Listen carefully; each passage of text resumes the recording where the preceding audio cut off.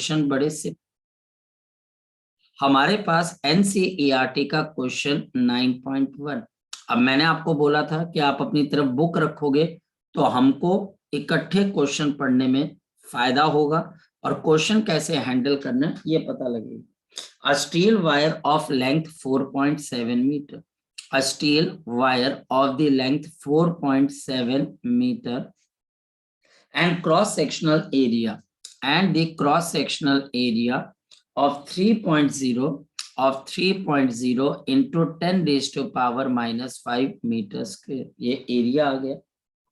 Stretches by the same amount, यानी कि stretches by same amount, stretches का मतलब elongation, stretches by the same amount as by the copper wire. तो जो इसमें इलोंगेशन हो रही है, जो आपके पास इस स्टील वायर के अंदर इलोंगेशन हो रही है, वो एग्जैक्टली किसके इलोंगेशन के बराबर है? वो हमारे पास कॉपर वायर के इलोंगेशन के बराबर है। अब ये हमको यहाँ पर पहली चीज पता लगी, ऑफ लेंथ। अब देखो ये आप कॉपर वायर की बात कर रहे हैं और कॉपर वायर की लेंथ बच्चा हमारे पास कितने के बराबर है? दिस इज ए 3.5 मीटर, यह हमारे पास है। And area of cross section of the copper, तो ये स्टील का है, तो कॉपर का क्रॉस सेक्शन कितना दे रखा है इसमें? 4.0 into 10 raised to power minus 5 meter square. What is the ratio of the Young's modulus? What is the ratio of the Young's modulus to the Young's modulus of the copper? बड़ी simple सी बात है। Teacher यहाँ पर इन दोनों के हमको क्या पूछ रहा है? रेशियो पूछ रहा है। दोनों के इलोंगेशन सेम है, लेंथ अलग अलग है, एरिया अलग अलग है, यंग्स मॉडुलस बताना।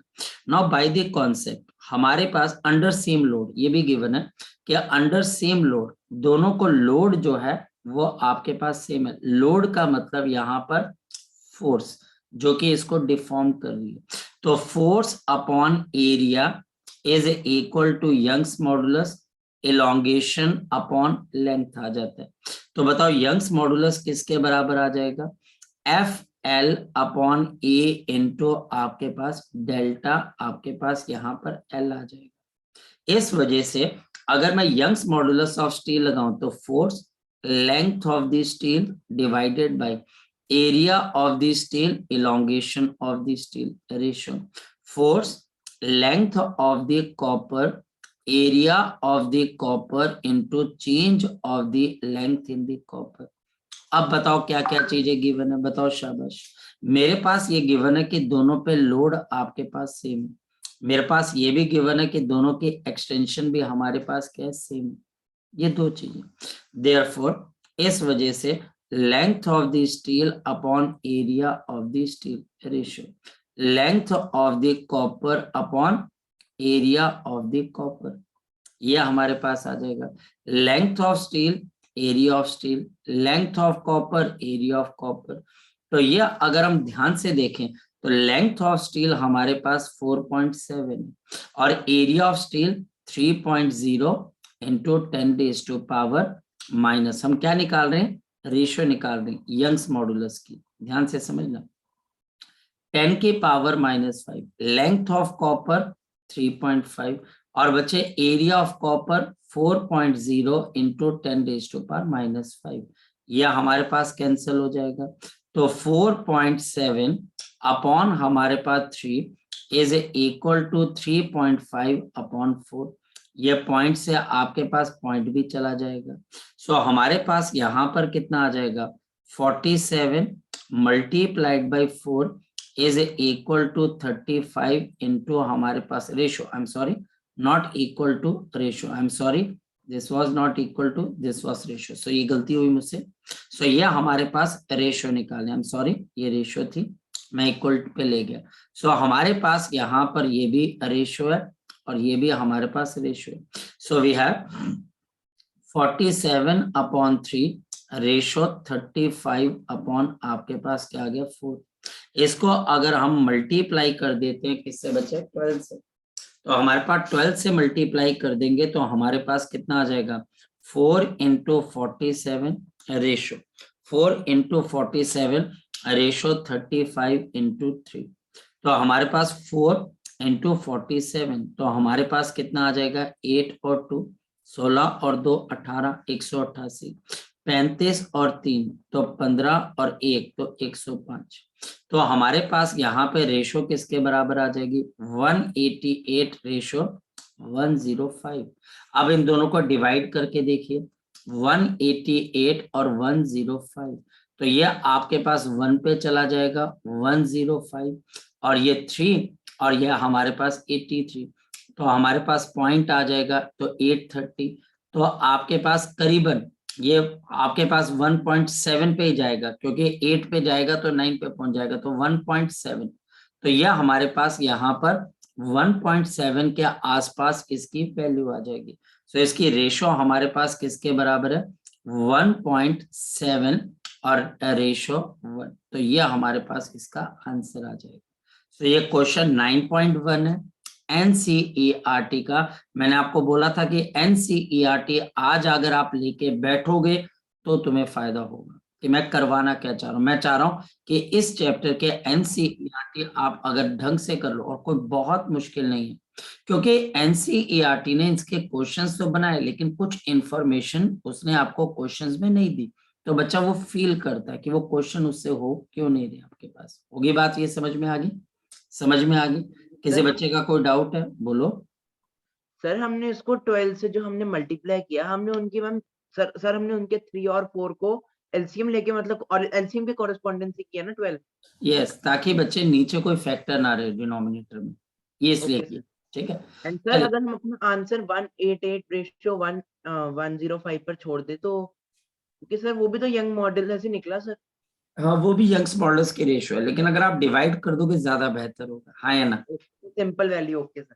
हाँ, सिंपल एक value. Now question number 2। Question number 2 हमारे पास क्या आ जाती है, this shows the stress strain curve for the material, what is the Young's modulus and approximate yield strength. तो हमारे पास यहाँ पर एक ग्राफ है आपके पास, और इस ग्राफ के अंदर हमारे पास हमें क्या चीज बतानी, फोकस करना।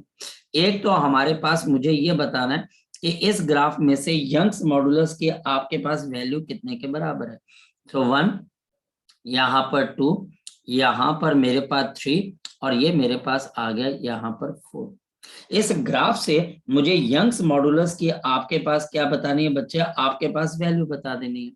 और मेरे पास आ गया ये 1, ये हमारे पास आ गया 2, नाउ दिस इज 3, ये हमारे पास आ गया 4, ये हमारे पास आ गया 5, और लास्ट हमारे पास यहाँ पर आ गया 6।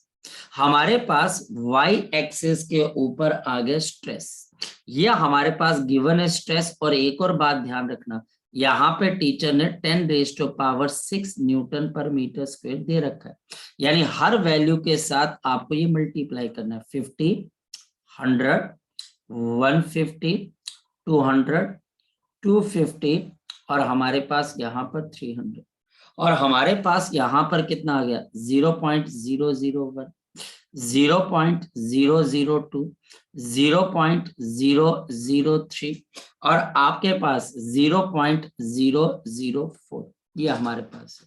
और यहाँ पर y एक्सिस के ऊपर हमारे पास यहाँ पर स्ट्रेन, जो ग्राफ है वो हमारे पास कुछ इस तरीके से बन रहा है। जो हमारे पास यहाँ पर ग्राफ है वो हमारे पास कुछ इस तरीके से बन रहा है। ये हमारे पास यहाँ पर ग्राफ है, और ये ग्राफ इस तरीके से यहाँ पर पहुंच चुका है। और हमको इस ग्राफ से अब दो चीजें बतानी है, एक यंग्स मॉडुलस और दूसरा मुझे क्या बतानी है, अप्रोक्सीमेट यील्ड स्ट्रेंथ, अप्रोक्सीमेट। अब देखो, फोकस करो, मैंने आपको बार बार क्या बताई है कि यंग्स मॉडुलस क्या है, ये हमारे पास है slope of stress into strain graph. इसको ऐसे भी कर सकते हो, the change in the stress and divided by change in the strain.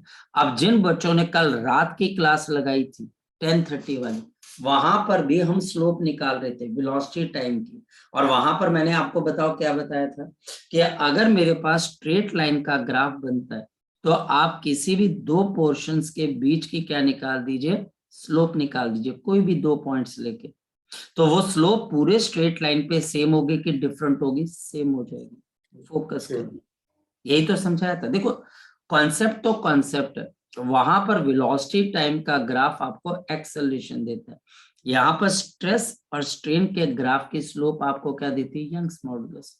और ये स्ट्रेट लाइन है, तो यंग्स मॉडुलस आपके पास इस स्ट्रेट लाइन के ऊपर कहीं पर भी निकाल लो, कोई भी 2 पॉइंट्स लेके स्ट्रेस को चेंज कर दो और बचा हमारे पास स्ट्रेन को, तो आपके पास वो सेम आएगा। पर कैसे निकलेगा, इस ग्राफ के अंदर आपने 2 पॉइंट्स ऐसे लेने जिन 2 पॉइंट्स के ऊपर आप स्ट्रेस का चेंज निकाल सको, जैसे ये देखिए, और इन्हीं 2 पॉइंट्स के करस्पॉन्डिंगली आप क्या निकाल सको बच्चे, स्ट्रेन भी निकाल सको। ये देखिए, ये हमारे पास अगर आप ग्राफ लेते हो, इस ग्राफ का ये वाला पोर्शन लेते हो, कौन सा, ओ और ए, और लास्ट है आपके पास यहाँ पर बी। अगर हम ओ ए बी को यहाँ पर ध्यान से देखें, ओ ए और बी को ध्यान से देखें, तो हमारे पास यहाँ पर ए बी आपको क्या बताएगा, बताओ शाबाश, चेंज इन स्ट्रेस देगा। और आपके पास ओ बी क्या बताएगा, बताओ, चेंज इन स्ट्रेन बताएगा। और इस वजह से कल की रात भी जो मैंने क्लास बताई थी उसमें भी सेम कॉन्सेप्ट था, और वहां पर भी मैं इसी बात के ऊपर बार बार बता रहा था कि आपको घबराना नहीं।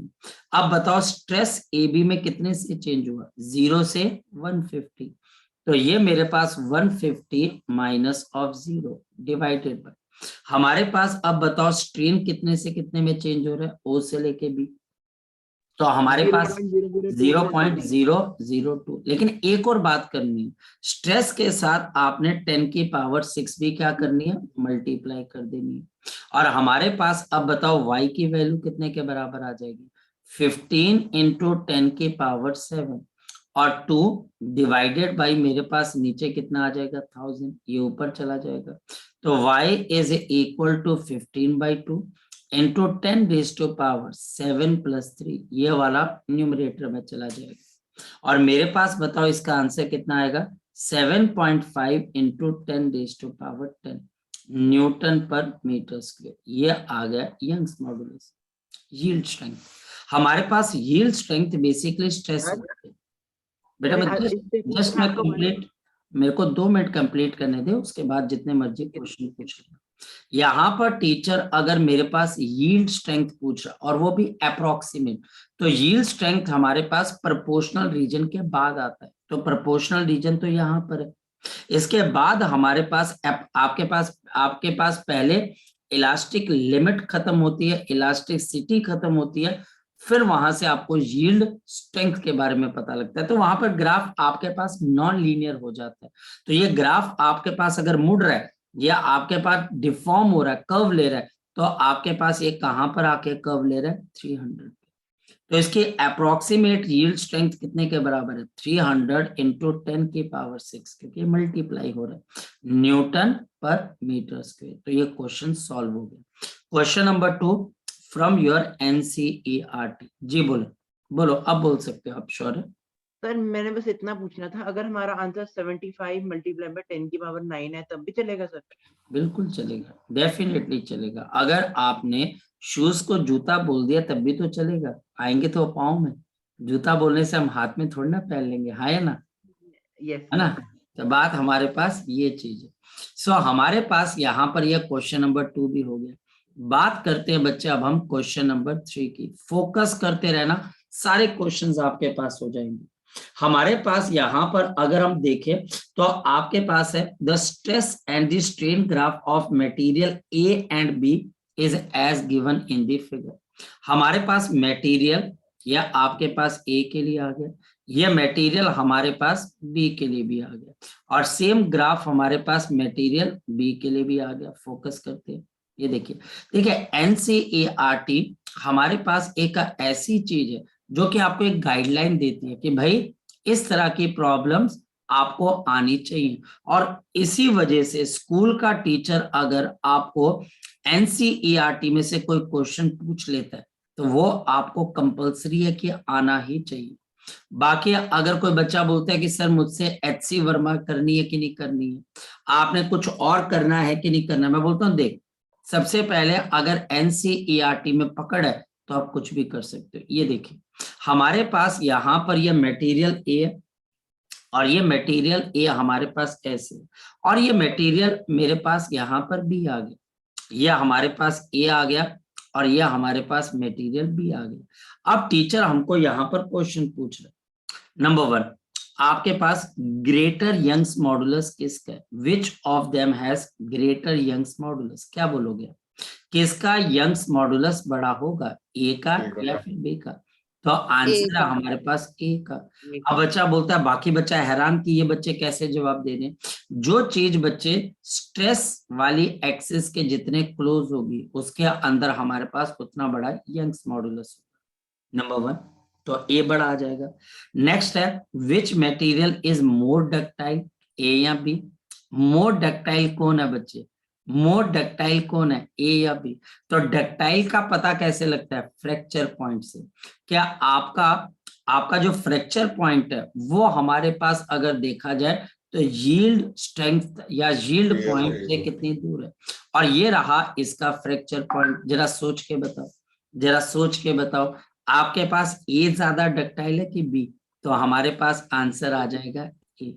और वाई ए, क्योंकि इसका फ्रैक्चर पॉइंट थोड़ा सा दूर है और ये जल्दी फ्रैक्चर हो जाता है। इसका प्लास्टिक लिमिट, आपके पास प्लास्टिक रीजन बहुत शॉर्ट है, इसका प्लास्टिक रीजन बहुत शॉर्ट है।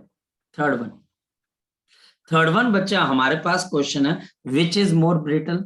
तो आप बताओ मोर ब्रिटल कौन है इसके अंदर से, शाबाश। तो हमारे पास मोर ब्रिटल यहाँ पर भी है, क्योंकि फ्रैक्चर पॉइंट डिसाइड करता है क्या आपके पास इसमें से कौन ब्रिटल है और कौन स्ट्रॉन्ग है।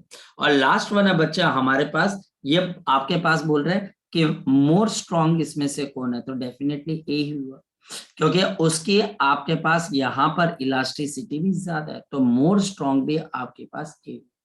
Question number 3, NCERT application of the stress and the strain graph. बोलो सर, मैं एक्चुअली इन्हें नोट करूँ सर, मेरे ना एनसीईआरटी में पता नहीं कोई फ्लॉ है, इन्होंने क्या कि ए और बी ग्राफ ना सेम बनाया हुआ है, मतलब फ्रैक्चर पॉइंट डिफरेंट है लेकिन जो एंगल है ना वो सेम बनाया है उन्होंने। वो आपको दिखाई दे रहा है, वो आपको दिखाई दे रहा है लड़के, ऐसा नहीं है, अगर तुम गौर से देखो तो आपको अलग अलग नजर आएगा, हाँ या ना? वो दिखाई दे रहा है। लेकिन मेरे में ना बुक में थोड़ा पता नहीं फ्लॉ क्यों है इतना, हाँ, क्योंकि लाइन से रहते हैं ना। उनको पता था कि शौर्य के पास ये किताब जानी है, हाँ या ना? सर मैंने तो खरीदी बहुत लेट थी मैंने। अच्छा कोई बात नहीं, अब खरीद लिया तो जल्दी नोट कर, या स्क्रीनशॉट ले ले, या फिर क्या स्क्रीनशॉट ले ले, ज्यादा बेहतर है तो स्क्रीनशॉट ले ले, ठीक है? ज्यादा बेटर है, आप स्क्रीनशॉट ले लोगे तो जल्दी काम हो जाएगा, हाँ या ना? बस इसको घर पे जाकर एक बार याद कर लेना, हाँ या ना? Yes sir. चलो ले लिया स्क्रीनशॉट? Yes sir. ओके, सो हमारे पास यहाँ पर नेक्स्ट क्वेश्चन देखिए, क्वेश्चन अपने आप होते जाएंगे। क्वेश्चन नंबर 4, आपको कॉन्फिडेंस दिलाना है कि कोई भी चीज, मैंने आपको पहली चीज बताई, ये बड़ी एनालिसिस करने वाली चीज है बच्चे हमारे पास, और एनालिसिस करने वाली चीजें क्या है बच्चे, इस बात के ऊपर ध्यान रखना कि मेमोरी से नहीं, इंटेलिजेंस से हमने काम लेना। और इंटेलिजेंस क्या आपके पास बॉर्न होती है, क्या इंटेलिजेंस एक बॉर्न प्रॉपर्टी है? तो आप कह सकते हो कई बच्चों के साथ ऐसा हो सकता है कि वो बॉर्न ही इंटेलिजेंटली होते हो, लेकिन कई केसेस के अंदर मैक्सिमम जो पॉपुलेशन है हमारे पास पूरे वर्ल्ड ओवर, वो इंटेलिजेंस को गैदर करती है, तभी तो बोला जाता है इंटेलिजेंस को गैदर किया जाता है। और अगर इंटेलिजेंस बाय बॉर्न होती तो बच्चे पहली बार के अंदर हवाई जहाज बनता, विदाउट फेलियर सारे प्रोडक्ट्स बनते। आप आसपास जो भी चीजें देख रहे हो, क्या ये पहली बार में सही बन गई थी या इनके अंदर किसी फेलियर का सामना करना पड़ा था? तो मैं बोलता हूँ बहुत बहुत ज्यादा फेलियर का सामना करना पड़ा था। आपके पास एक नहीं हजारों बार बच्चा हमारे पास चीजें फेल होती हैं, तो जाकर बच्चा हमारे पास चीजें बनती हैं। जो खाना आज आप खाते हो, तो हमारे एंसेस्टर्स ने जो है, क्या वो एक ही दिन में सीख लिया था कि खाना कैसे बनाते हैं? आंसर है नहीं, फेल होके सीखा था। तो इस वजह से कभी भी कोई क्वेश्चन ना आए तो ये आपने घबराना नहीं, वो आपकी फेलियर नहीं है, वो आपका एक मौका है अपने आप को इंटेलिजेंट बनाने का, ये सोचना। चले क्वेश्चन नंबर 9.4, और मुझे ट्रू एंड फॉल्स बताना है, और ट्रू और फॉल्स में मैं बड़े शॉर्ट के अंदर बता रहा हूं। आपको ये बताना है the Young's modulus of the rubber, true और फॉल्स बताना है, greater than Young's modulus of the steel. True और false? So the answer it is false. false. यह हमारे पास जो है ये एनसीईआरटी है, और एनसीईआरटी मैं वैसे ही आपको थ्योरी में कवर करवा देता हूँ, मैं आपको थ्योरी के अंदर बता देता हूँ। नेक्स्ट वन, हमारे पास यहाँ पर है stretching. The stretching of a coil, the stretching of a coil is determined by, या हमारे पास डिटरमाइंड किया जाता है शियर मॉडुलस से। इसके ऊपर हमारे पास क्लास के अंदर पहले भी बहस हो चुकी है, और वो ये कि अगर आपके पास एक स्प्रिंग है और इस स्प्रिंग को अगर आप यहाँ पर क्या करते हो, स्ट्रेच करते हो, तो ऐसा करने से इसमें कौन सा स्ट्रेन और कौन सा बच्चा हमारे पास यहाँ पर स्ट्रेस आता है। मैक्सिमम बच्चों को लगता है लेंथ बढ़ रही है तो लॉन्गिट्यूडिनल स्ट्रेन, यंग्स मॉडुलस आएगा, नहीं तो आपके पास यहाँ पर अगर देखा जाए तो हमारे पास यहाँ पर आपके पास कोई टेंसाइल वगैरह आएगा, लेकिन ये गलत है। शेयर मॉडुलस यहाँ पर हमारे पास शियरिंग स्ट्रेस होता है, यहाँ पर शियर मॉडुलस ही आता है। ये हम बहुत बार डिस्कस कर चुके हैं। तो ये ट्रू है कि फॉल्स है? तो आंसर है यहाँ पास ट्रू। ये एनसीईआरटी का क्वेश्चन नंबर 4 है। कल को ये क्वेश्चन आपको एग्जाम में आएगा। और मैं आपको ये बात बता दूं, जो सेकंड नंबर वो पॉइंट है वो बहुत बच्चों का मिसकंसेप्शन होता है, बहुत बच्चों का। और बहुत बच्चों को अगर हम जाकर पूछते हैं कि एक स्प्रिंग को मैंने खींचा और बताओ कि इसके अंदर से कौन सा मॉडुलस ऑफ इलास्टिसिटी है, बच्चा बोलता है यंग्स मॉडुलस। तो पॉइंट है कि वो चीज हमारे पास यहाँ पर गलत हो जाती है। क्वेश्चन नंबर बच्चा हमारे पास अब आ जाएगा 5। क्वेश्चन नंबर 5 हमारे पास यहाँ पर क्या चीज आ जाती है बच्चे, the 2 wires of diameter 0.25 centimetre. 2 wires, तो दोनों का डायमीटर है, तो इन दोनों वायर्स का डायमीटर आपस में सेम आ जाएगा बच्चे। तो डायमीटर D1 और D2, और यह हमारे पास कितने के बराबर है, 0.25 आपके पास सेंटीमीटर। 0.25 आपके पास यहाँ पर क्या आ जाती है बच्चे, सेंटीमीटर। और 1 is made of the steel, इसमें से एक स्टील की है और another is made of the brass. अब यहाँ पर आप सब बच्चे अपनी एनसीईआरटी में लिखेंगे Young's modulus of the steel is 2 × 10⁻11 newton per metre square, और Young's modulus of the brass. अगर शौर्य आपकी जो एनसीईआरटी है उसमें ये नहीं लिखा हुआ है तो ये आपने लिखा, और मैक्सिमम एनसीईआरटीज में ये करेक्शन नहीं है। करेक्शन भी नहीं मैं बोलूंगा, क्योंकि उन्होंने ये चीज लिखी ही नहीं है कि यंग्स मॉडुलस क्या करना। और बच्चा फिर आके बोलता है सर मुझे वैल्यू याद करनी पड़ेगी, मैं बोलूंगा नहीं। जब नॉर्मल कोई क्वेश्चन आपको टीचर पूछेगा तो वहां पर वो देगा। तो सर यहाँ क्यों नहीं दी, तो इसके 2 वजह मुझे समझ में आती है। एक, या तो एनसीईआरटी वाले भूल गए, या फिर इस चैप्टर के सॉल्व्ड एग्जांपल जो थ्योरी वाली जगह वहां पर टेबल के अंदर इनकी वैल्यूज गिवन है। खैर आगे चलते, the length of the steel wire, जो length of the steel wire हमारे पास कितने के बराबर है, 1.5 मीटर। नेक्स्ट है the length of the brass material is, आपके पास किसके बराबर आ जाती है, दिस इज 1 मीटर। हमारे पास यहाँ पर calculate the elongation of the steel and the brass wire, और मुझे यहाँ पर लेंथ ऑफ द स्टील आपके पास है, यहाँ पर आपके पास एक तो स्टील के अंदर कितना इलोंगेट हुआ, और दूसरा मुझे ये बताना है आपके पास यहाँ पर कि ब्रास के अंदर कितना इलोंगेशन आ रही है, ये हमको बताना है। ये हमारे पास यहाँ पर गिवन है। अब हम चलते हैं आगे की तरफ। मुझे अगर कोई बात समझ में आती है वो ये कि force upon area is equal to Young's modulus elongation upon original length. Therefore हम बताओ कौन सा फॉर्मूला यूज करेंगे, इलोंगेशन किसके बराबर है, force multiplied by length upon area into Y.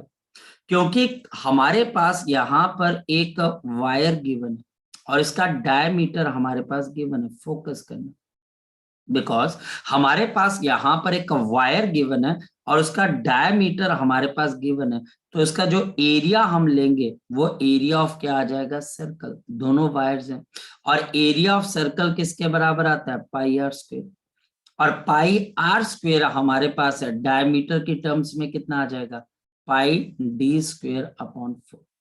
तो ये हमारे पास इसका एरिया आ गया पाई डी स्क्वायर अपॉन 4। अब मुझे ये कंफर्म हो गया कि मुझे अब क्वेश्चन को निकालना कैसे, बड़े ढंग से हमको निकालना। अब हम डायग्राम की तरफ को चलते हैं, क्योंकि अब एक चीज मिसिंग है, फोर्स। तो जरा डायग्राम की तरफ को चलते हैं।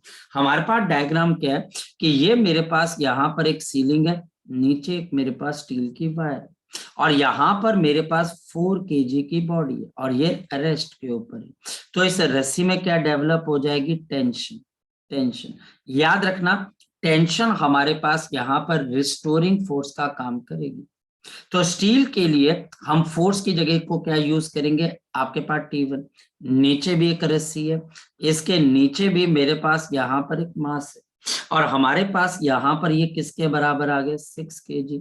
ये टेंशन मेरे पास आ गई T2, ये टेंशन मेरे पास आ गई T2, टेंशंस भी आ गई, फोर्स आप देखते हैं।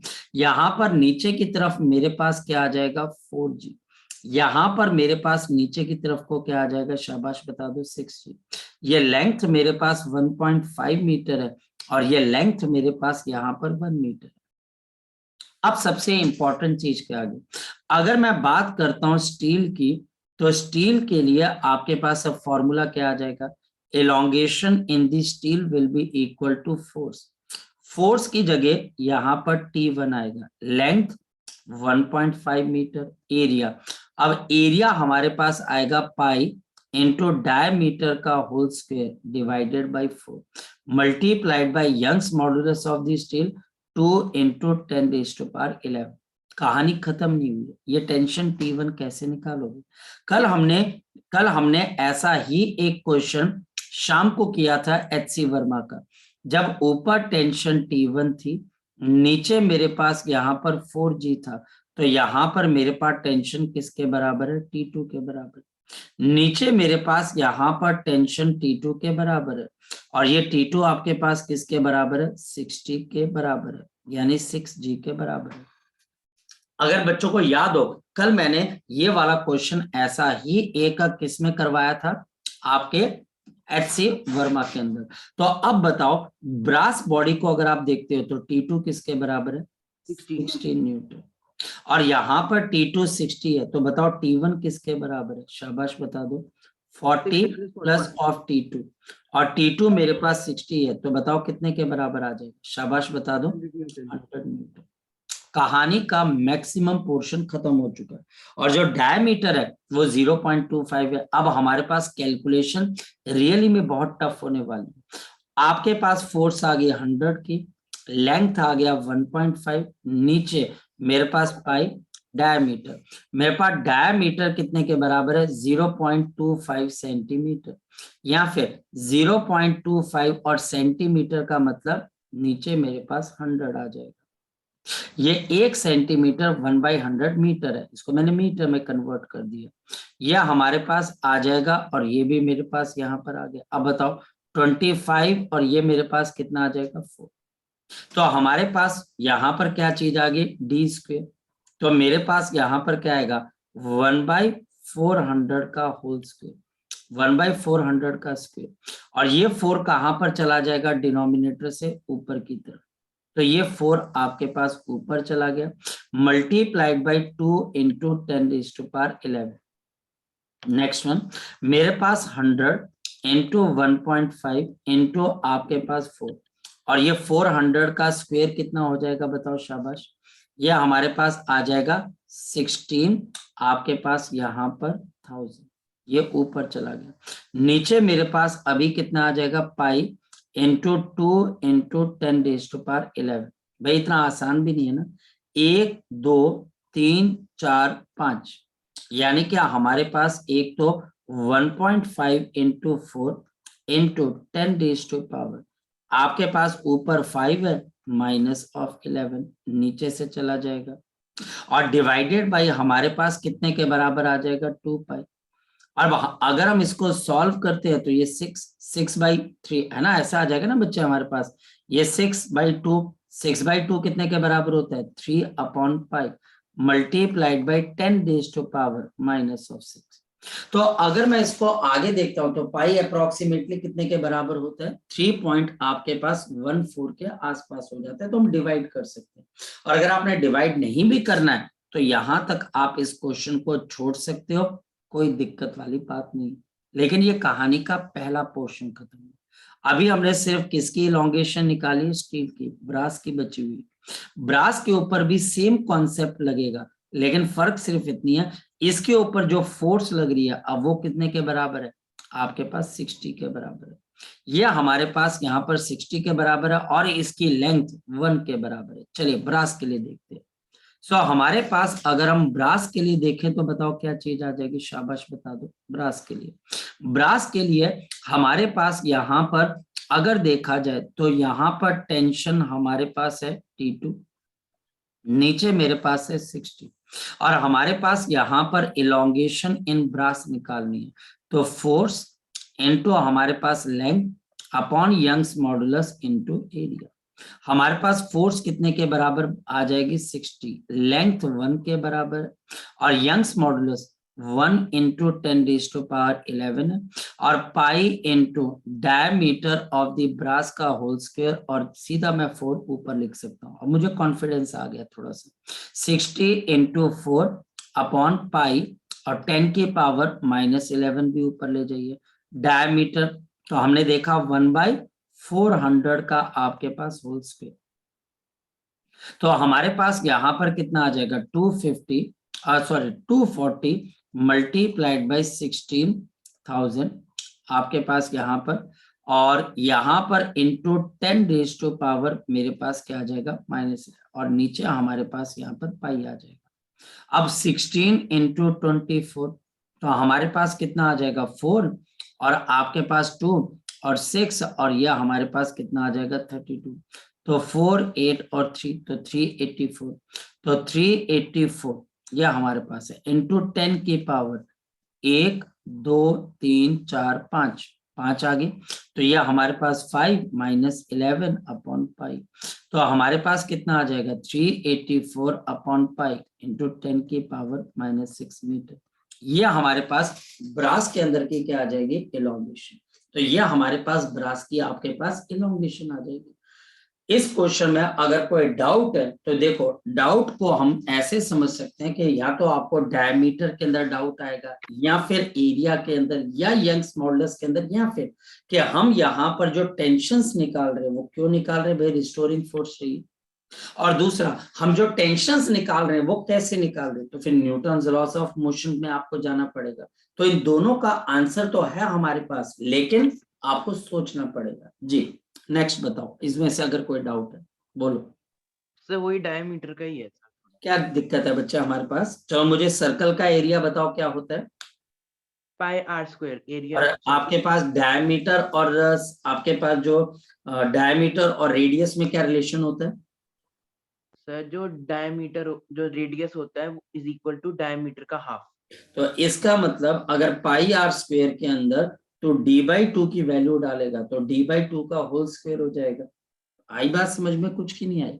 मेरे पास अगर इस तरीके से ये एक सर्कल है और हमारे पास ये इसका रेडियस है और ये हमारे पास इसका डायमीटर है, तो हमारे पास एरिया ऑफ दिस सर्कल क्या होता है, पाई आर स्क्वायर, और मेरे पास यहाँ पर d किसके बराबर है, आपके पास 2 ऑफ r, तो r किसके बराबर है, d/2, तो pi into d divided by 2 का स्क्वायर, तो बताओ क्या आ जाएगा, पाई स्क्वायर बाई 4, और ये आंसर आ जाएगा। बस इतनी वैसे मेरा था उसमें था सर जो हमने निकाला ना 0.025 था सर, वो 400 कैसे है, 4000 नहीं था वो। क्या क्या बेटा फिर बोलो, सर ये मैं पीछे करना सर। आपके पास मैं यहीं पे देख लेता हूँ, 0.25 सेंटीमीटर है, तो 0.25 और नीचे 1 सेंटीमीटर का मतलब क्या होता है, वो आपके पास 100 आ गया, ठीक है, 100 ये आ गया। yes, sir. और यहाँ से अगर आप यहाँ से भी अगर आप 0 कर दो तो यहाँ पर कितना आ जाएगा, 100 आ जाएगा। yes sir. तो 25 इंटू 4 कितना होता है, 1/4 100 तो आपके पास बताओ कितना आया, हमारे पास है 1/400। बिल्कुल एग्जैक्टली तो ये आपकी अगर कोई दिक्कत आ रही है तो ये उसका आंसर है, ठीक। नेक्स्ट क्वेश्चन, नेक्स्ट क्वेश्चन है, क्वेश्चन आपके पास 9.6 of NCERT। The edge of the aluminium cube is 10 centimetre long. जो हमारे पास एक एल्युमिनियम का आपके पास यहाँ पर क्यूब है, यह हमारे पास एल्युमिनियम का क्यूब है, और इस क्यूब की हमारे पास यहाँ पर एज, यानी कि हमारे पास इसकी जो साइड है वो हमारे पास कितने के बराबर है, 10 सेंटीमीटर। इसकी जो हमारे पास यहाँ पर एज है, यह हमारे पास यहाँ पर 10 सेंटीमीटर हमारे पास लॉन्ग है, यह हमारे पास आगे 10 centimetre long. One face of the cube is firmly fix to the vertical wall, यानी कि हमने क्या कर दिया, इसके एक फेस को वॉल के साथ बिल्कुल अटैच कर दिया। ये हमने पेच लगाकर इसको वर्टिकल वॉल के साथ अटैच कर दिया। इसके पीछे हमारे पास कोई दीवार है, और इस दीवार के साथ हमने इसको परमानेंटली क्या कर दिया, पेच लगाकर अटैच कर दिया कि ये अब हिल नहीं सकता, ये वाला फेस। चलो, ये फेस हमारे पास यहाँ पर क्या आ गया, फिक्स आ गया, ये हमारे पास फिक्स है। और हमारे पास इसकी साइड कितने के बराबर है, 10 सेंटीमीटर, 10 सेंटीमीटर, और आपके पास 10 सेंटीमीटर और हमारे पास 10 सेंटीमीटर, ये side. A mass of 100 kg is then attached to the opposite face of the cube। यहाँ पर हम 100 kg के वेट को क्या कर देते हैं, लटका देते हैं। तो 100 kg का वेट अगर लगा देंगे तो ये इस फेस के कौन सी डायरेक्शन में लग रहा है, बच्चे बताओ, नॉर्मल लग रहा है कि पैरेलल लग रहा है, बताओ, शाबाश। ये जो फोर्स है आपके पास 100 kg की, यानी 1000 न्यूटन की, ये इस फेस से कौन सी डायरेक्शन में लग रही है, ये जो आपके पास फेस है ये इससे पैरेलल फोर्स नीचे लग रही है कि इसके परपेंडिकुलर लग रही है, बताओ, शाबाश, पैरेलल। और हमारे पास जो एरिया है वो आपके पास है 10 सेंटीमीटर इंटू 10 सेंटीमीटर। अभी मैं क्या बात बता के हटा, 1 सेंटीमीटर का मतलब होता है 100, तो ये 110, ये सेंटीमीटर है तो 100, ये 2 जीरो से आपके पास कैंसिल, तो एरिया 0.01 मीटर स्क्वायर। फोर्स भी आ गई। अब आगे पढ़ते हैं बच्चे। The share modulus of the aluminium, जो आपके पास शेयर मॉडुलस है, यानी कि एक मॉडुलस ऑफ रिजिडिटी, ये बच्चा हमारे पास है 25 गीगा पास्कल, तो 10 की power 6 Newton per metre square, ये गीगा पास्कल है। What is the vertical deflection, अब आपको भी पता है कि अगर हमारे पास ऐसी सिचुएशन में आप फोर्स लगाते हो तो जो इसका ये वाला फेस है ये कहाँ की तरफ को आ जाता है, बताओ, नीचे की तरफ। ये वाला फेस आपके पास नीचे की तरफ को खिसक जाता है, ये वाला फेस आपके पास नीचे की तरफ को, यानी कि ये हमारे पास नीचे की तरफ को आ जाता है, ये हमारे पास यहाँ से नीचे की तरफ को आपके पास खिसक जाता है। ये देखिए, यह हमारे पास यहाँ पर नीचे की तरफ को खिसक जाता है, और वो यही तो पूछ रहा है कि आपके पास इसकी वर्टिकल डिफ्लेक्शन क्या है, और इन दोनों फेसेस के बीच का परपेंडिकुलर डिस्टेंस कितने के बराबर है, 10 सेंटीमीटर। अगर देखा जाए तो यह हमारे पास शेयर मॉडुलस का केस है। आपका ऊपर वाला फेस x डिस्टेंस से नीचे आ गया, और मेरे पास इन दोनों फेसेस के बीच का परपेंडिकुलर डिस्टेंस 10 सेंटीमीटर है। और हम ये कर चुके हैं कि force upon area is equal to modulus of rigidity deflection upon perpendicular distance between the two bodies. तो मेरे पास फोर्स आ गई 1000 की, एरिया आपके पास 0.01, हमारे पास ईटा 25 इंटू 10 की पावर 6, वर्टिकल डिफ्लेक्शन बतानी और लेंथ कितने के बराबर है, 10 सेंटीमीटर। और 10 सेंटीमीटर को अभी हमने किस में कन्वर्ट करना है, मीटर में, देखते चलो। तो मेरे पास यहाँ पर x बताना है, तो आपके पास यहाँ पर आ जाएगा 1000 मल्टीप्लाइड बाई 10 सेंटीमीटर, और नीचे मेरे पास आ गया 0.01 इंटू 25 इंटू 10 की पावर 6, और ये मेरे पास x आ जाएगा। अब ध्यान से समझना, ये हमारे पास 100 और ऊपर चला जाएगा, तो ये मेरे पास 1000 और नीचे वाले का 100, इसका 100 ऊपर चला जाएगा।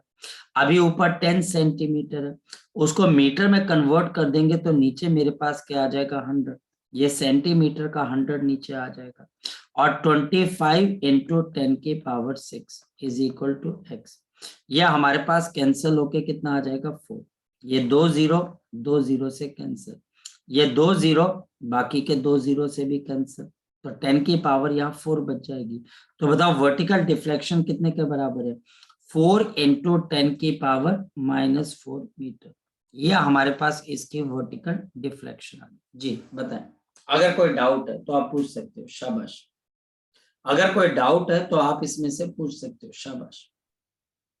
बोलिए बच्चे, अगर कोई डाउट है तो आप मुझसे पूछ सकते हो, शाबाश बताओ बेटा। No sir. चलो next question number 9.7। Question number 9.7 है, 4 identical hollow cylindrical column of mild steel supports a big structure of mass 50,000 kg। तो हमारे पास यहाँ पर एक बहुत बड़ा आपके पास कोई स्ट्रक्चर है ऐसे करके, और इसको सपोर्ट करने के लिए हमने क्या लगा दिए, 4 पिलर्स लगा दिए। इसको सपोर्ट करने के लिए हमने 4 पिलर्स लगा दिए, 2 आपको नजर आ रहे हैं और बाकी 2 इसके पीछे, 2 आपको नजर आ रहे हैं और बाकी 2 हमारे पास इसके क्या बच्चे पीछे की तरफ है, लेकिन टोटल 4 पिलर्स हैं। नजर इस वक्त आपको 2 आ रहे हैं, नजर आपको 2 आ रहे हैं, लेकिन है कुल कितने पिलर बच्चे हमारे पास, 4 पिलर्स हैं, इस बात का ध्यान रखना। ओके, जो स्ट्रक्चर है बच्चे उसका मास आपके पास 50,000 kg है, पर वेट कितने के बराबर आ जाएगा आपके पास, 50,000 kg multiplied by 10। So 5 into 10 raise to power 1 2 3 4, आपके पास 5 into 10 raise to power 5 newton की फोर्स लग रही है। The inner and the outer radii of each column is 30 centimeter and 40 centimeter। समझो, यानी कि जो सिलेंड्रिकल कॉलम है वो अंदर से हॉलो है, बट उसका आपके पास ऐसा स्ट्रक्चर बना हुआ, वो बच्चे उसका एक इनर रेडियस है और आपके पास यहाँ पर एक आउटर रेडियस है। यानी कि मास कहाँ पर मौजूद है, हमारे पास मास सिर्फ यहाँ पर मौजूद है, ये यहाँ पर बीच में हमारे पास हवा है, ये आपके पास हवा है। इसको अगर मैं नीचे से बताऊं तो ये सीन कुछ इस तरीके से, अगर आप इस हॉलो सिलेंडर को एक एंड पॉइंट से देखें तो आपको ऐसा नजर आएगा, ये रेडियस मेरे पास आ गया 10 सेंटीमीटर और ये हमारे पास कितना आ जाएगा 40 सेंटीमीटर, और जो मास है वो हमारे पास यहाँ पर मौजूद है इस पिलर का। अब नेक्स्ट पॉइंट क्या बोल रहा है बच्चे हमारे पास, assuming load distribution to be uniform, मतलब हमारे पास एक पिलर के ऊपर कितना लोड आ रहा होगा, तो वो बोलता है यूनिफॉर्म है, कहीं कम और कहीं ज्यादा नहीं। तो इसका मतलब एक पिलर पे हमारे पास लोड कितना आ रहा होगा, लोड यानी कि फोर्स ऑन एक पिलर आपके पास कितनी आ रही होगी, 5 into 10 raise to power 5 divided by 4, divided by 4 newton. पता लगा बच्चा हमारे पास कैसे डिवाइड बाई 4 हो गया, ये इसलिए क्योंकि हर एक के अंदर जो लोड डिस्ट्रीब्यूशन आ रही है वो हमारे पास क्या सेम, हर एक के अंदर जो लोड डिस्ट्रीब्यूशन आ रही है वो हमारे पास क्या सेम, मतलब कि चारों के अंदर सेम है, तो डिवाइड बाई 4 कर दिया, फोर्स आ गई। अब प्रॉब्लम ये है कि आपका एरिया कैसे आप निकालोगे। अब एरिया कैसे निकालोगे, क्योंकि जो एरिया जिस पे असर पड़ेगा मास वो तो 30 और 40 के बीच में, तो एरिया निकलेगा पाई इंटू 40 सेंटीमीटर का whole square minus of 30 centimetre का होल स्क्वायर। ये ध्यान रखना, जो एरिया है वो आप यही वाला क्यों लोगे, क्योंकि जो मास मौजूद है वो आपके पास 30 और 40 के बीच में, तो हम इफेक्टिव एरिया जिस पे कुछ भी होगा, कोई आपके पास रिस्टोरिंग फोर्स, कोई एक्सटेंशन इलोंगेशन प्रोड्यूस होगी, वो मास में प्रेजेंट होती है, और मास यहाँ पर है क्योंकि अंदर से ये हॉलो है। हमारे पास इसमें से पाई सेंटीमीटर का स्क्वायर यानी कि 10 की पावर -2 का स्क्वायर कॉमन आ जाएगा, और ये मेरे पास 1600 माइनस ऑफ 900 तो 700, तो मेरे पास पाई इंटू 10 की पावर -4 इंटू 700, और यहाँ फिर पाई इंटू 7 पाई इंटू 10 की पावर मेरे पास यहाँ पर -2 मीटर स्क्वायर का एरिया आ जाएगा। ये हमारे पास एरिया, ये इस चैप्टर का आपके पास वन ऑफ दी आपके पास ऐसा क्वेश्चन है जहां बच्चे को सोचना पड़ेगा कि भाई मैं कौन सा एरिया, और लास्ट में बच्चा हमारे पास क्या बोल रहा है, कैलकुलेट द कंप्रेशनल स्ट्रेन मुझे स्ट्रेन निकालना है, कंप्रेशनल वो भी, for each of the column. मुझे स्ट्रेन निकालना, और स्ट्रेन बताओ किसके बराबर होता है। स्ट्रेन हमारे पास, ये हम क्वेश्चन बोल रहे हैं 9.7, हमारे पास स्ट्रेन किसके बराबर होता है, शाबाश बता दो, स्ट्रेस अपॉन यंग्स मॉडुलस, क्योंकि कंप्रेशनल स्ट्रेन है। स्ट्रेस अब मेरे पास क्या आ जाएगा, फोर्स अपॉन एरिया। फोर्स है 5 × 10⁵ divided by 4। Area 7 pi × 10⁻², Young's modulus 2 × 10⁻11। So this is 2 × 10⁻11। हमारे पास अगर हम देखते हैं 8, और आपके पास यहाँ पर 8 × 7, तो 8 × 7 हमारे पास आ गया 56। तो हमारे पास 10 की पावर ऊपर 5 है, नीचे 56 पाई × 10 की पावर। अब देख लेते हैं हमारे पास ये -2 है, ये 11 है, तो आपके पास क्या आ जाएगी 9। और हमारे पास 1/56 पाई मल्टीप्लाइड बाई 10 की पावर 5 - 9, तो 5 - 9 कितने के बराबर आ जाएगा, -4। इतने की हमारे पास इसमें कंप्रेशनल स्ट्रेन प्रोड्यूस हो जाएगी, इतने के हमारे पास यहाँ पर कंप्रेशनल स्ट्रेन प्रोड्यूस हो जाएगी। यह हमारे पास कोई बहुत मुश्किल चीज नहीं है, सिर्फ आपको ध्यान रखना है, एक जो लोड है वो यूनिफॉर्म हुआ, दूसरा जो एरिया आपने निकालना है वो 30 और 40 का निकालना। बाकी इस प्रॉब्लम में है ही कुछ नहीं है, क्योंकि लोड आपको एक बार ही पता लग जाए कि 50,000 kg का वेट चारों पिलर्स के ऊपर इक्वली डिस्ट्रीब्यूट हो रहा है, और एरिया आपको 40 और 30 के बीच में निकालना है, क्योंकि वहीं पर मास मौजूद है। और इससे हम स्ट्रेन निकाल सकते हैं, जो कि स्ट्रेस अपॉन आपके पास क्या आ जाता है, यंग्स मॉडुलस। चलिए अब चलते हैं आगे की तरफ। बोलो। तो मैं पीछे करना सर। बोलो सर, मेरे को एक चीज पूछनी थी, इसमें हमने 2 × 10 की पावर -11 कैसे की सर? क्योंकि हमारे पास यंग्स मॉडुलस की वैल्यू है, और Young's modulus of the steel, अब तो हम बहुत क्वेश्चन कर चुके हैं, ये तीसरा क्वेश्चन है स्टील के साथ, तो अभी आपको पता होना चाहिए कि 2 × 10⁻11 न्यूटन पर मीटर स्क्वायर, इस वजह से। ठीक है, लेकिन अगर सर हमें यंग्स मॉडुलस पता है तो हमने फिर इसमें एरिया की क्या जरूरत पड़ी? ओके, हमें एरिया की इसलिए जरूरत पड़ी क्योंकि स्ट्रेस की डेफिनेशन क्या होती है, sir stress is equal to force by volume, sorry force by area, sorry. अब बताओ आपने एरिया क्यों लगाया, क्योंकि sir the force applied on the area is that sir. और मैं फिर एरिया क्यों लगा रहा हूँ, क्योंकि ओके सर, ओके सर, क्योंकि समझ आ मुझे गया अगर स्ट्रेस निकालना तो स्ट्रेस है फोर्स अपॉन एरिया। ये वाली जो 5 × 10⁵ है, ये लोड है यानी फोर्स है, और नीचे आपके पास एरिया, जिससे बच्चा हमारे पास आंसर आ जाए। ठीक है, मतलब वो स्ट्रेस की ही वैल्यू है। हाँ, ये फोर्स अपॉन एरिया, ये स्ट्रेस की वैल्यू, बिल्कुल से। ठीक है, ओके चलिए आगे तो सर सेम समझ रहा था ना सर, मेरे को लगा। कोई बात। नेक्स्ट बच्चा हमारे पास question 9.8। Question 9.8, a piece of the copper having a rectangular cross section. हमारे पास एक पीस ऑफ कॉपर है, रेक्टेंगुलर क्रॉस सेक्शन है, आपके पास इसका मतलब क्या आ गया, ऐसे। यह हमारे पास इस तरीके से आपके पास यहाँ पर एक रेक्टेंगुलर क्रॉस सेक्शन है ऐसे, और आपके पास इसकी लेंथ और ब्रेड्थ गिवन है। लेंथ हमारे पास है 15.2 मिलीमीटर, यानी कि 10⁻³ ब्रेड्थ बच्चा हमारे पास यहाँ पर है 19.1 मिलीमीटर, यानी कि 15.2 × 10⁻³ metre square, sorry metre multiplied. This is a 19.1 × 10⁻³ metre. मेरे पास लेंथ और ब्रेड्थ दोनों आ गई, और इस पे फोर्स लगाई जा रही है 44500 न्यूटन की। इसके ऊपर फोर्स लगाई जा रही है 444 और 500 न्यूटन की। हमने यहाँ पर क्या लगा दिए बच्चे, फोर्स लगा दिए। जब हम यहाँ पर इसके ऊपर फोर्स लगा देंगे व्हाट विल हैपन, जब हम इसके ऊपर फोर्स लगा देंगे व्हाट विल हैपन, इसके अंदर एक्सटेंशन प्रोड्यूस होनी शुरू हो जाएगी।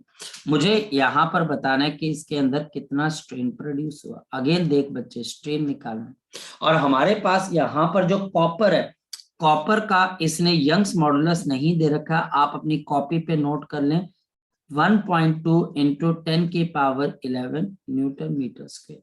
1.2 इंटू 10 की power 11 newton per metre square. Again strain, अभी हम पढ़ के हटे कि स्ट्रेन किसके बराबर होता है, stress force upon area into Young's modulus. तो हमारे पास क्या चीज आ जाएगी, हमारे पास यहाँ पर स्ट्रेन आ जाएगा फोर्स, हमारे पास फोर्स है 44500 एरिया। अब एरिया 15.2 इंटू 10 की पावर -3 मल्टीप्लाइड बाय 19.1 इंटू 10 की पावर -3, ये एरिया आ गया इंटू यंग्स मॉडुलस, और यंग्स मॉडुलस है 1.2 इंटू 10 रेज़ टू पावर 11, और यंग्स मॉडुलस है हमारे पास 1.2 इंटू 10 रेज़ टू पावर 11। अगर हम इसको डिवाइड करते हैं with the help of calculation या कैलकुलेटर, या अगर आप बोले कि इसको मैंने भी कैलकुलेट करके रखा हुआ है, आप कंफर्म कर लेना, इट इज 0.0012, तो हमारे पास आ जाएगा 0.00, आपके पास यहाँ पर 12, इतने का हमारे पास स्ट्रेन है, ये मैंने ऑलरेडी कैलकुलेट करके रखा हुआ है। तो आप इसको एक बार कंफर्म कर लेना, क्योंकि कैलकुलेशन थोड़ी सी आपके पास बड़ी है। क्वेश्चन 9.9, सो क्वेश्चन हमारे पास 9.9, बच्चे बताओ किसके बराबर, a steel cable with the radius of 1.5 centimetre, a steel radius, आपके पास वायर ऑफ रेडियस 1.5 आपके पास सेंटीमीटर, तो इसका मतलब 1.5 into 10 raise to power -2 metre supports a chair lift in a sky area, ski area, not sky, ski area। हमारे पास ski area के अंदर यह हमारे पास एक केबल है, और ये केबल यानी कि स्टील की वायर है, इसके नीचे हमारे पास क्या हो सकती है, इस तरीके से आपके पास एक कार केबल जो है वो सस्पेंडेड है, और रेडियस इस वायर का गिवन है। इफ द मैक्सिमम स्ट्रेस, अगर टीचर बोल रहा है कि हमारे पास मैक्सिमम स्ट्रेस जो है वो इसमें अगर आ रहा है वो 10 रेज़ टू पावर 8 के बराबर है, 10 raise to power 8 Newton per metre square, तो टीचर बोलता है इसके ऊपर आप कितना लोड लगा सकते हो, यानी कि आप इसके ऊपर कितना लोड यानी कितना मास टांग सकते हो। तो क्वेश्चन हो गया सॉल्व, बताओ कैसे। टीचर ने स्ट्रेस दे दिया और टीचर ने रेडियस दे दिया, तो पाई आर स्क्वायर से आपके पास क्या आ जाएगा बच्चे, हमारे पास यहाँ पर एरिया आ जाएगा, क्योंकि सर्कुलर क्रॉस सेक्शन है तो आपको लोड निकालना है। तो हमारे पास स्ट्रेस किसके बराबर होता है, स्ट्रेस इज लोड यानी कि फोर्स अपॉन आपके पास एरिया। इसका मतलब लोड मेरे पास किसके बराबर आ जाएगा, शाबाश बता दो, एरिया मल्टीप्लाइड बाय स्ट्रेस। तो ये मेरे पास आ गया एरिया मल्टीप्लाइड बाय स्ट्रेस। अब एरिया निकालना वो थोड़ा सा प्रॉब्लमेटिक है, क्यों हमारे पास यहाँ पर प्रॉब्लमेटिक क्यों है, क्योंकि मुझे कैलकुलेशन थोड़ी सी लेंथी करनी पड़ेगी। पाई आर स्क्वायर मल्टीप्लाइड बाय 10 की पावर 8, तो मेरे पास पाई रेडियस का स्क्वायर, तो 1.5 इंटू 10 की पावर -2 का होल स्क्वायर इंटू 10 की पावर 8, तो मेरे पास पाई आ जाएगा, तो 2.25 इंटू 10 की पावर -4 इंटू 10 की पावर 8, तो मेरे पास 2.25 pi into 10 raise to power 4, ये हमारे पास इतने का लोड आपके पास आ जाएगा। तो इतने का लोड बच्चे हमारे पास यहाँ पर आपके पास आ जाएगा। तो ये हमारे पास यहाँ पर क्वेश्चन क्या हो गया बच्चे, सॉल्व हो जाएगा। ये हमारे पास था क्वेश्चन आपके पास यहाँ पर 9.9। Question 9.10, question 9.10 is important also for your JEE and for your NEET examination, ये important है। A rigid bar of mass 15 kg is supported symmetrically by 3 wires। देखिए इसको सिमेट्रिकली, सिमेट्री मतलब ये एक तरह से बिल्कुल बच्चे फ्लैट है, आपके पास बिल्कुल सिमेट्रिक है, बिल्कुल ऊपर नीचे नहीं, और 3 वायर से इसको सस्पेंड किया गया, तो मतलब इन तीनों वायर्स के अंदर स्ट्रेन आपके पास क्या हो जाएगा, इक्वल हो जाएगा। स्ट्रेन क्यों इक्वल है, देखो ना, क्योंकि वो बोल रहा है कि इस लोड को सिमेट्रिकली उठाया गया, कहीं से ये ऊपर ना तो उठा है ना नीचे गिर रहा है, तो पहली बात तो तीनों के अंदर हमारे पास स्ट्रेन क्या है, सेम है। दूसरी चीज, यहां पर हमारे पास आपके पास 150 न्यूटन की आपके पास फोर्स है, तो यहां पर मेरे पास कितनी चली जाएगी, 50 न्यूटन। यहां पर कितनी चली जाएगी, 50 न्यूटन और 50 न्यूटन। और दूसरी बात, तीनों के अंदर स्ट्रेन भी हमारे पास क्या, सेम है। तीनों में स्ट्रेन भी हमारे पास क्या बच्चे, सेम। स्ट्रेन हमारे पास अगर सेम है और आपके पास फोर्स भी इक्वल है, लेकिन साइड वाली दोनों कॉपर की है हमारे पास और बीच वाली मेरे पास आयरन की है, ये भी गिवन है हमारे पास। Determine the ratio of their Young's modulus, नहीं, determine the ratio of their diameter, determine the ratio of their diameter. और आपके पास Young's modulus of the copper, जो कॉपर का यंग्स मॉडुलस है वो हमारे पास है 1.1 इंटू 10 के पावर 11, यहाँ 1.2 इंटू 10 रेज़ टू पावर 11। और यंग्स मॉडुलस ऑफ हमारे पास आयरन, यह हमारे पास आ जाता है 1.8 इंटू 10 रेज़ टू पावर 11। मैं यूनिट्स नहीं लिख रहा हूँ। अब देखिए, हमारे पास डायमीटर की रेशियो बतानी है। इन तीनों के अंदर लोड सेम लग रहा है, force upon area is equal to Young's modulus change in length upon original length। इन तीनों वायर्स के अंदर स्ट्रेन भी सेम है और बच्चे फोर्स भी सेम है, तीनों पे 50 न्यूटन है। और टीचर बोल रहा है कि ये नीचे वाला लोड सिमेट्रिक है, तो इसका मतलब स्ट्रेन भी सेम ही प्रोड्यूस हुई होगी क्योंकि ये फ्लैट है। सो इससे बताओ बच्चा, हमारे पास यंग्स मॉडुलस किसके इनवर्सली प्रोपोर्शनल है, आपके पास एरिया के, और या फिर एरिया आपके पास किसके इनवर्सली प्रोपोर्शनल है, यंग्स मॉडुलस के। आया ना? अब एक बात बताओ, यहां पर वायर का डायमीटर गिवन है, तो अब मुझे बताओ area in the terms of diameter क्या होता है, तो बताओ पाई डी स्क्वायर अपॉन बच्चा हमारे पास 4। अब तो ये याद हो जाना चाहिए, ये भी दूसरी तीसरी बार आ रहा है। अगर डायमीटर गिवन हो तो एरिया होता है पाई डी स्क्वायर अपॉन 4। अब मेरे पास यहां पर इसका मतलब क्या आ गया, देयरफॉर अगर मैं बात करता हूं कॉपर की, तो पाई इंटू डी ऑफ कॉपर का स्क्वायर अपॉन 4। और अगर हम यहां पर देखें, ये प्रोपोर्शनल हो जाएगा 1 divided by Young's modulus of the copper.